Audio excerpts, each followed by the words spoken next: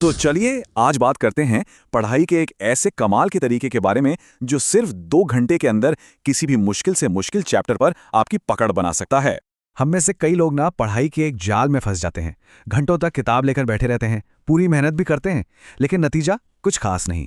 और जानते हैं, इसके पीछे एक छिपा हुआ दुश्मन है।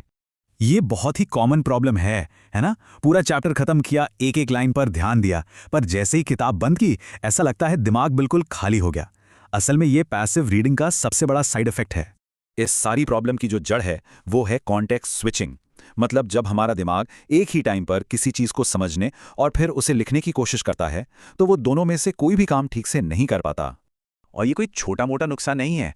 जानते हैं, कॉन्टेक्स्ट स्विचिंग आपका 20% तक कीमती समय और एनर्जी बर्बाद कर सकता है। सोचकर देखिए, हर 1 घंटे की पढ़ाई में से 12 मिनट तो सिर्फ दिमाग के स्विचिंग में ही खराब हो गए। तो भाई, इस जाल से बाहर कैसे निकला जाए? जवाब है अपनी सोच को बदलकर। एक स्टूडेंट की तरह नहीं, बल्कि एक टीचर या यूं कहे कि एक टेस्ट बनाने वाले की तरह सोचकर। फर्क बिल्कुल साफ है। एक पैसिव रीडर बस जानकारी को रटने की कोशिश करता है। दूसरी तरफ एक एक्टिव टेस्ट मेकर उन कॉन्सेप्ट्स को ढूंढता है जिन पर सवाल बन सकते हैं। और सबसे जरूरी बात, वो पढ़ने और लिखने के काम को बिल्कुल अलग अलग रखता है। ठीक है, तो ये टेस्ट मेकर वाली सोच असल में काम कैसे करती है? चलिए इस पूरे 2 घंटे के प्रैक्टिकल गेम प्लान को एक एक स्टेप करके समझते हैं। ये पूरा का पूरा प्लान इन 4 फेज में बटा हुआ है। हम एक एक करके हर फेज को देखेंगे और समझेंगे कि हर स्टेप इतना जरूरी क्यों है।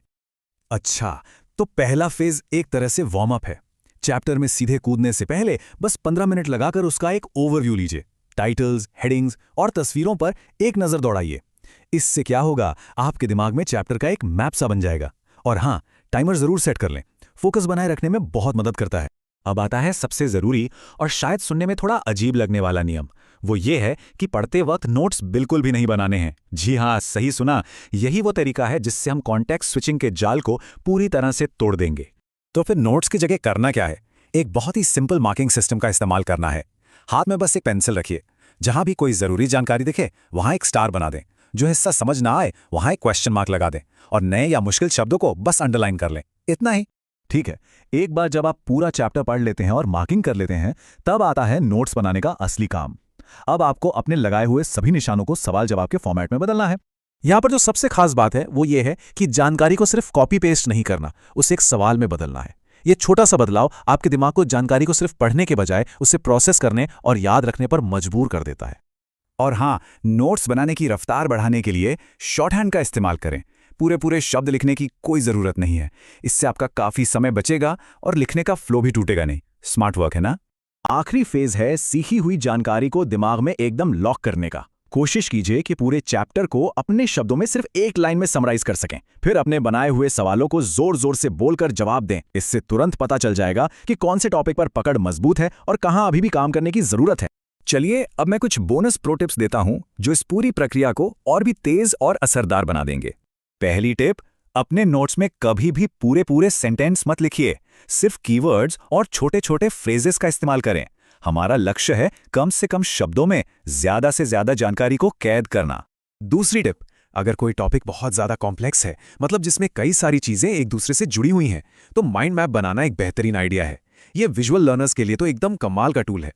और आखिरी टिप, अगर कोई टॉपिक आपके लिए बिल्कुल नया है तो उसे पढ़ने से पहले उस पर कोई 5 मिनट का एक्सप्लेनेटर वीडियो देख लीजिए। इससे ना दिमाग में एक फ्रेमवर्क तैयार हो जाता है जिससे चैप्टर समझना बहुत ही आसान हो जाता है। अंत में ये समझना बहुत जरूरी है कि इस पूरी टेक्निक का असली मकसद सिर्फ रट्टा मारना नहीं है। इसका मकसद कुछ और है, कुछ ज्यादा बड़ा है। इस पूरी तरीके की फिलॉसफी यही है। यह आपको सिर्फ जानकारी को याद रखने से ऊपर उठाकर उसे समझने और एनालाइज करने के लेवल तक ले जाती है। और सच कहूं तो असली सीखना इसी को कहते हैं। तो अब सवाल यह है कि इस पावरफुल टेक्निक का इस्तेमाल करके अगले 2 घंटों में कौन सा मुश्किल सब्जेक्ट आपकी उंगलियों पर होगा? फैसला अब आपके हाथ में है।